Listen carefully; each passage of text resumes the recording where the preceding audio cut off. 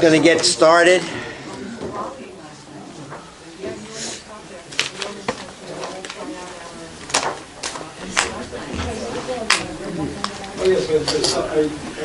All right, going to call the meeting to order and start out with roll call. Okay, Nicholas Trio here. Dave Violante. Joan Siebert. Tim Murphy. Dee Sagendorf. Yes. Pete Chanella. Guy Carpicio. Okay, Orange County. Joanne Cheney. Ben Conquest. Here? David Grass. Yes. Israel Knobloch. Yeah. Terry Barbie. Frank Cassanite. Michael Bigg. Here. Putnam County, Robert Cuomo. David Jacobson. Matthew Bondi. Rockland County, Kim Lippis. Nick Rusieski. Here. Tim Egan. Desiree Leone. Glenn Albin. Teresa Hamilton. Neil Dahan. Here. BJ Leidner. Here. Sullivan County, Abby Bachman. Here. Greg Tavermina. Here. Neil Meta. Here. Heidi Stack. Mike Bruce. Mark Strauss. Ulster County, Richard Parrish. Here. Kelly Nelson. Dorothy Balin. Timothy Mitchell. Here. Lisa Servino.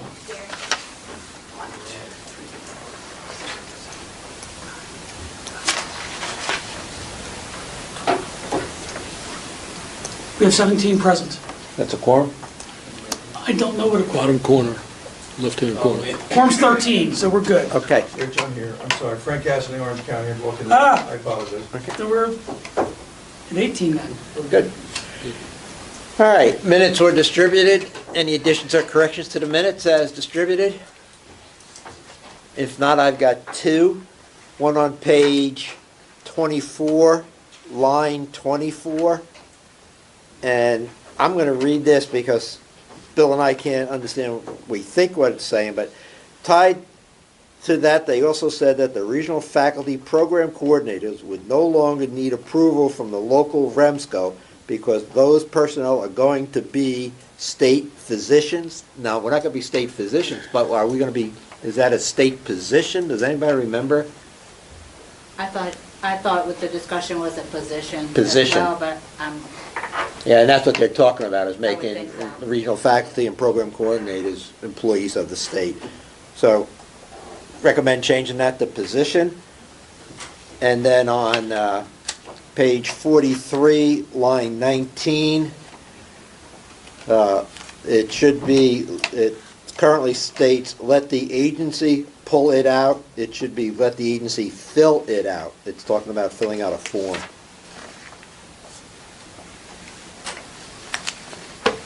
Any other additions, corrections? Motion to accept the minutes as amended. All in favor? Aye. Opposed? Thank you. Presence report, nothing right now. All right. Treasurer's report, Nick? Sure. Oh, I'm sorry. I do. Got to get this read in. Karen, please reinstate our current delegates. Albie Bachman, Neil Madhu, and alternate Heidi Stack. I need a motion to approve. Moved. Second. Second? Any discussion? If not, all in favor? Aye. All right. That way you're legal. Done. All right, now we can move on. I'm sorry, Nick. No problem. We wrote 29 checks, $14,786. Rent and health insurance are still at the top. I don't see them moving anytime soon from the top. Some refunds for CON actions. Details are available if anyone's interested. We transferred $30,000 to payroll. Got our first quarter program agency voucher paid, it's building paid. and the second quarter council ending in 9/30/2018 was billed and paid. Total amount is $217,781.75. Annual audit is scheduled for December 12th.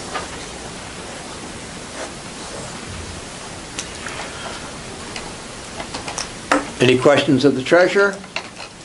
If not, a motion's in order to accept his report. So moved. Any discussion? If not, all in favor? All right. Okay. Staff, Yeah, the two municons that the council voted on at the last meeting were approved by the New York State Bureau of EMS, and the permanent CONs have been issued to the town of Patterson and the Arlington Fire Department. So they do have their permanent CONs now.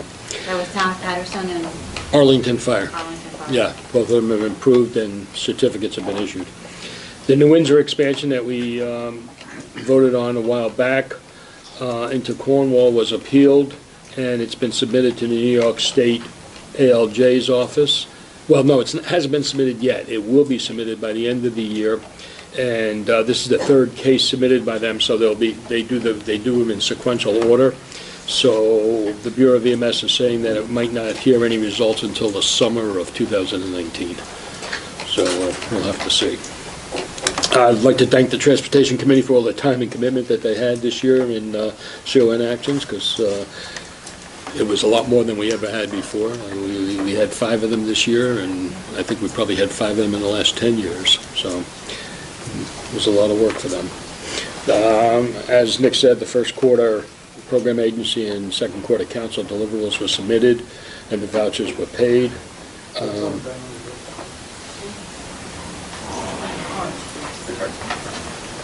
The office is going to be increasing the payment deposit on CON applications from $3,000, which is what they pay now, to $5,000, due when the application is filed. It's being done because the cost hasn't been raised in a long time, and we're finding that the cost of the CON process is more expensive at this point. Even a simple Municon was almost $3,000. So when you start adding in what the judges and the stenographer and everybody else, and the cost is getting to be much higher. So we're going to be asking for a That's $5,000. just what goes up in 2019? Yes. So, anybody that applies after that. One of the things I mentioned at the last meeting, that is, I have a monthly conference call with Director Ryan Greenberg, and a couple of things that were covered on there I just want to go over. Tom Behannon, I'm not sure if any of you people deal with him from the agency. I deal with him a lot from the contract point, but I'm not sure. But his position has been filled. And Andy Johnson, the Deputy Director of Training and Education, his last day was November 9th. And Jean Taylor will be acting as the Deputy Director of Education until they fill that position. Diane, who, and I don't know her last name, she managed on-site testing. She was transferred to a different department, and now Liz Donnelly is going to be handling on-site testing. And Bernice Burnamy, I think, has been added to the Marrow office, and will be working with Richie Robinson down there. The other thing that we talked about a lot was the ATS, which is the Ambulance Transfusion Services. At the last CMAC, some people came away from the meeting thinking that those rules that were put in there by Wadsworth were in a moratorium and they weren't going to enforce them. That's not true.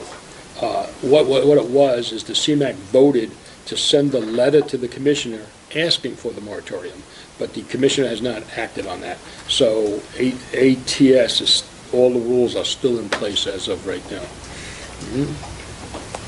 The last call we had mutual aid, which was a big issue. It's a statewide issue, and it took up a substantial part of the call, talking about different problems with mutual aid and people having to go in different areas and stuff. So that's going to become one of Ryan Greenberg's agenda items. So we'll see what happens with that. Also, we had a survey that went out to help define EMS performance and improvement elements, and the Bureau of EMS is requesting at the next CMAC meeting, which is in January, is going to be requesting them to pick 15 or 20 of these elements to use as a baseline for EMS to start tracking improvements in EMS throughout the regions. So I'm not exactly sure how it's going to work yet, but we haven't seen the details. But they're going to start looking at how they can actually put improvement and see improvement in different EMS systems throughout the state. There was a policy, Policy 1304, which is alternative medication formulary, that came out in 2013, and it was about drug shortages and what could be used. On page 6, there's an expiration date. They said that the policy is still in effect, that the expiration date is not to affect the policy. So if there is a problem with a medication, we can use the alternate formularies that are available to us. The other thing we have is the 2018 EMS Annual Awards are due in the regional office by April 1st. I'm mentioning it now because it's going to be close to that when we have our next meeting. So think about it. If you have people that you want to nominate, it's a way of recognizing them. Fill out the state form and send it to us by April 1st. The state form says May 1st, and that's when it has to be up there. So we have to get it, we have to evaluate it, and then we'll pick our people that are going to be winners at the regional level, and then we pass that on to the state. All right, so if you have any candidates, let us know. The other thing I wanted to mention is Director Greenberg will be visiting our area, and he will be having a part of his listening tour, and hopefully everybody has seen this or picked one up outside, one of these flyers. Tells you the information, where it is and when it's going to happen. And it's going to be December 13th at 5 o'clock in the afternoon up at the LaGrange Fire Station 2. It's part of a listening tour. He's going into every region, listening to EMS and seeing, where the common problems are, or if a particular region has an individual problem that he can work on and can help solve. Right? So that's all I have. Any questions of Bill? If not, all right, Jeff?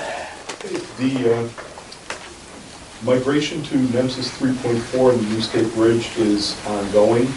At this point in time, we have almost all of our image trend clients moved over. ESO is starting to pass 3.4 data, and when it's compared to the New York State schematron, it seems to be looking pretty good, along with Zoll. We anticipate that the end of the transition will be by the end of the first quarter of 2019. New York State is adding approximately 20 agencies per week to the bridge, and the biggest impediment that we have is making sure that the data is valid. Towards that end, we have 330 local rules, and occasionally not all of these rules get tripped on a call. So when a rule does get tripped that doesn't work, we have to fix it. And this is a project that is going across the state, and there are a group of us that sit and work on these things. One of the rules that is giving us some grief right now is a stroke rule. That's a 50-point rule if it doesn't pass. In order to have New York State accept 3.4 data, that call has to validate at 97% or higher. So if you can't satisfy the stroke rule, that call would get turfed back to the agency for correction. So we're working hard to make sure that that rule gets fixed, so that if there is a deviation from protocol, as in not 2 complete sets of vitals, it's one of the triggers that is on that rule, that we can see the exception and then we'll validate. There's a fair amount of work that was being put into this to make sure that the data we get is good, and a lot of what we're doing data-wise is going to be used by the state, as Bill talked about, with key performance indicators, and it will allow us to not only let an agency look to see how they're doing, but to compare with other like agencies within the region and across the state. That's it. Any questions, Jeff? If not, all right. Medical Director, did he leave a report? No, but I do have a REMAC when it comes down to it. No, but I Okay. do have. REMAC. Okay, committees, Training Committee, was a report from Training Committee? No, David's not here, but the only thing I do want to mention is that we have a CIU that was scheduled November 15th, and we had snow that day, so it was changed to December 13th between 7 and 10. And if you're interested in it, you can still apply, or if you have somebody that knows, they can still apply to come to the class. It was changed to what date? December 13th, at 7 to 10 in the evening. It's at Dutchess Community College is the primary site, and it's being transmitted to Rockland Paramedic Services in Rockland County. It was going to go to the Rockland Fire Training Center, but we had some technical issues there, so now it's going to Rockland Paramedic Services there, and if anybody wants to go there, they're more than welcome. Okay. The second thing that we have is a CLI class that is starting Friday. So it's, if you want to get into that, that's tight. Oh, hold it. Let me just correct myself on this one here, because I said the CIU is at Dutchess Community College. It's not. The CIU is here in this office, and it's going to be transmitted to RPS. Right? It's not in Dutchess. The CLI will be held in Dutchess, and the first class is tomorrow, and then December 1st. Oh, it's Friday, and then December 1st and December 8th are the second two classes. So if you want to get into that class, you can still do that. We'll take more people, but the paperwork has to be here by 3 o'clock tomorrow, so that we can have everything ready for the class in the morning. Karen, you got a First question? class is Friday, Right, not tomorrow. right, Friday. I did say that, okay. He corrected it under his breath. All right. That's it, that's all I have in education. Okay. REMAC, you said you had that? Yeah, we had two REMAC meetings since our last meeting here. The first one was October 1st, 2018, and there was no quorum, so we didn't do any business there. A lot of the doctors were at a medical conference outside the state, so we didn't conduct any business. There was one evaluation case that was discussed, and remediation was taken care of. The other thing that we discussed there was the BLS and AEMT collaborative protocol implementation, which should be voted on in the January meeting, and we should have that in production or available for us to use after January. Dave Violante gave a presentation on Arlington Fire Department and some of the other agencies that are using nitrous oxide in our area. The November 18th, 2018 meeting was, we created 2 tags, technical advisory groups created to evaluate 2 ALS upgrades that were submitted to the MAC. The Village of New Square EMS in Rockland County, and Alamo DBA Vassar EMS for use for the purpose of interfacility transfer to and from Vassar Hospital was submitted for ALS upgrades. So we have a tag consisting of at least 2 physicians and 4 ALS providers in the region that are going to be looking at those and making sure that they meet the criteria that we need for have ALS upgrades. There was no evaluation cases discussed, and Ryan Greenberg attended the meeting. He stopped in to say hello. He discussed some of the policies and talked to a lot of the physicians after the meeting. The REMAC will be establishing a helicopter committee to monitor and report helicopter activity in the region. We're going to start that. A meeting with the helicopter guys next week, just to start getting statistics from them, and so that we know what's happening in the helicopter. It kind of fell apart with Dr. Berkowitz leaving Westchester, so we haven't had any activity there. And Dr. Murphy discussed active shooter drill that was conducted in Orange County.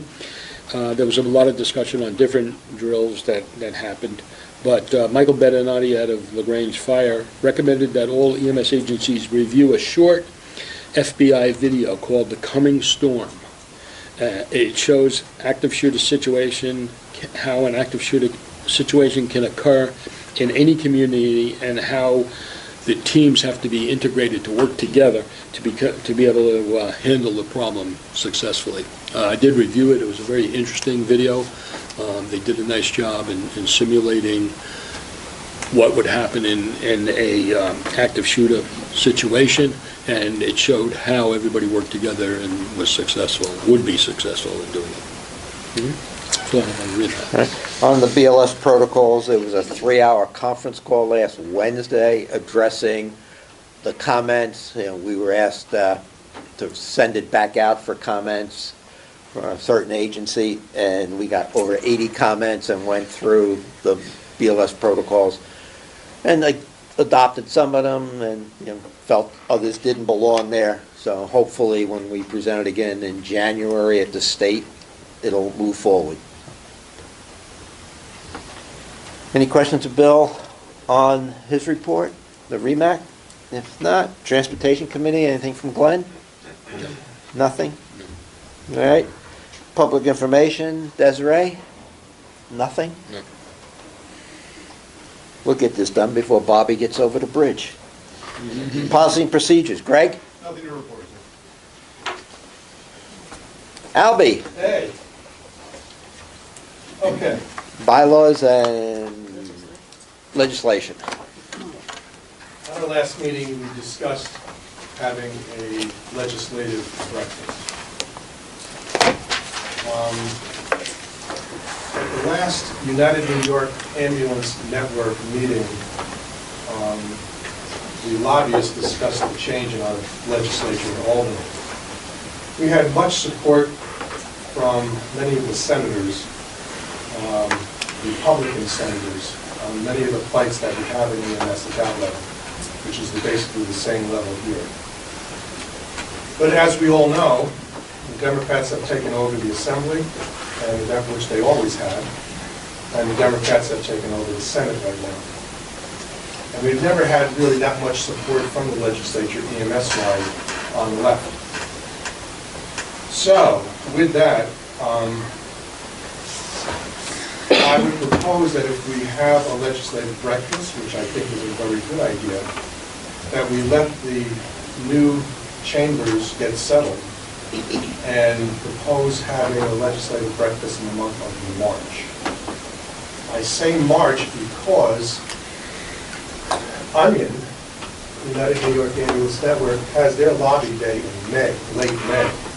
So instead of having one on top of the other, we can get a jump on things, introduce our council to the new legislature up there, and try to get a fresh start with the new chambers. So if that's okay with you, I have a list of all of the new members of the Assembly and the Senate of our region, and I can start reaching out to them. We just have to set a date. And what I'll do is I'll reach out to my buddy, Assemblywoman Gunther, who has the calendar, gave us the dates last time, and have her advise us which date would be best, that we can get the most membership to attend. So I would recommend that we think about having March, and I'll try to get that date from Gunther, and advise you, sir, of what we came up with, and if you give me the okay, we'll start reaching out. Thoughts, comments? I really think that's probably good timing, Albie, to get it done before the other. Before the other one would be best. Do you have sufficient help on the committee? Do you need help? If I remember correctly, Yep. Israel said that he would assist. And I think the two of us would be sufficient for what we have to do. All right, if you need more, let us If I know. need more, I'll reach out to you. Okay. Me, Assistant Senator Stupas, who's on the left, is awesome with EMS. He gave us lots of grants. I spoke to him last week, and I did tell him about the issues in New York State and Democrats not really assisting us. And he said anything we could do to help. I mean, he's giving them lots of grants. And I'm very close friends with Chuck Schumer. Don't hit me for that. Republican still. But he would call me and said, "Is there anything to assist us also?" Like, I did tell him that it's bad, because it's Medicare stuff and everything else. So we have some support connections through our area. Who's the assembly, was it the assembly person? So we have Assemblyman, The one that you're close to? Senator Stupas. He's assembly now, he's a senator, and the guy that took his job was chief of staff in New Windsor. He's Republican Assembly. He's also on board with anything.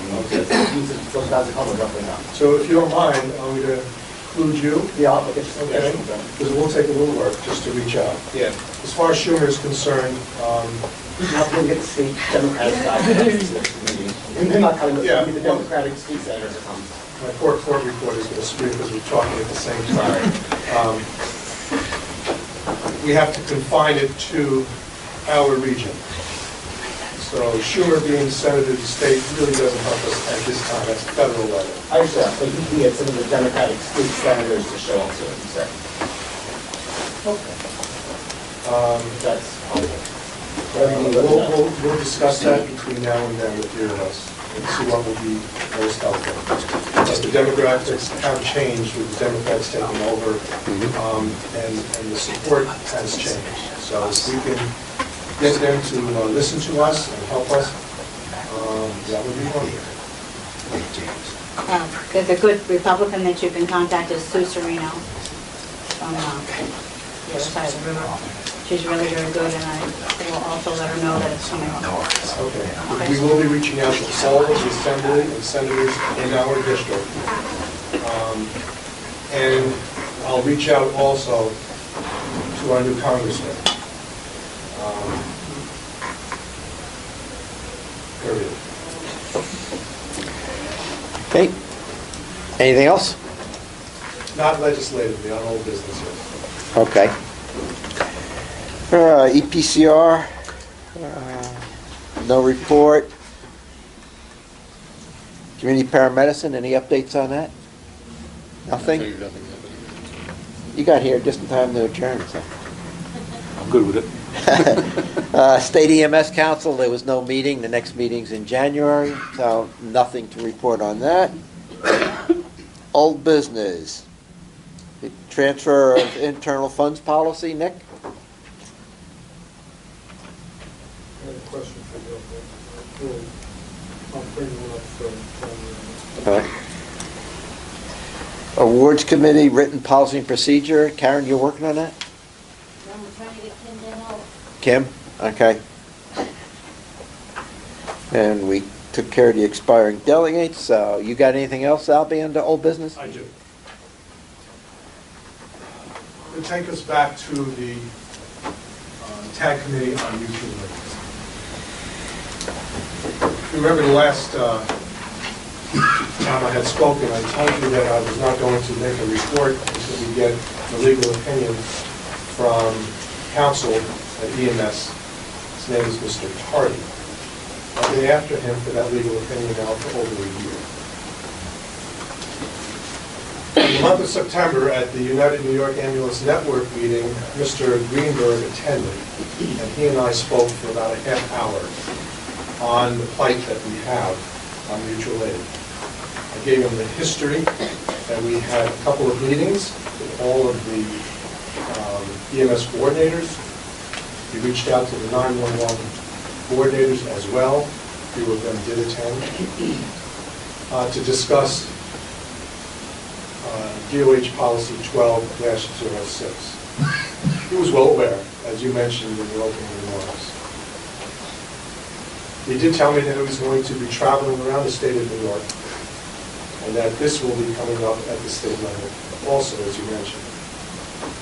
He said nothing will take place until after vital signs and after the month of October. He wanted me to write, not only after our discussion, he wanted me to write to him, email him everything that we had spoken about. I did that in a 3-page letter, which he has. Mr. Greenberg called me 3 to 4 weeks ago, and we had a 20-minute discussion on the phone about all of this. He told me that it's going to be discussed at the state level very soon. And as you mentioned, it's going to happen in the next few weeks. He emailed me today. I wanted to get some report for us here. I remember exactly what his words were. I was glad that I refreshed his recollection, and that within a 3-week period, it's going to be discussed at the state. There's a major discussion out there, and looking forward to resolve. I told him my disappointment in Mr. Tardy, He said he was going to reach out and talk to him and see why the criminal wasn't rendered. But he said, leave it be for now, because it will be a major discussion in the next few weeks. Thank you. Any questions, Valby? What? Any other old business? Any new business?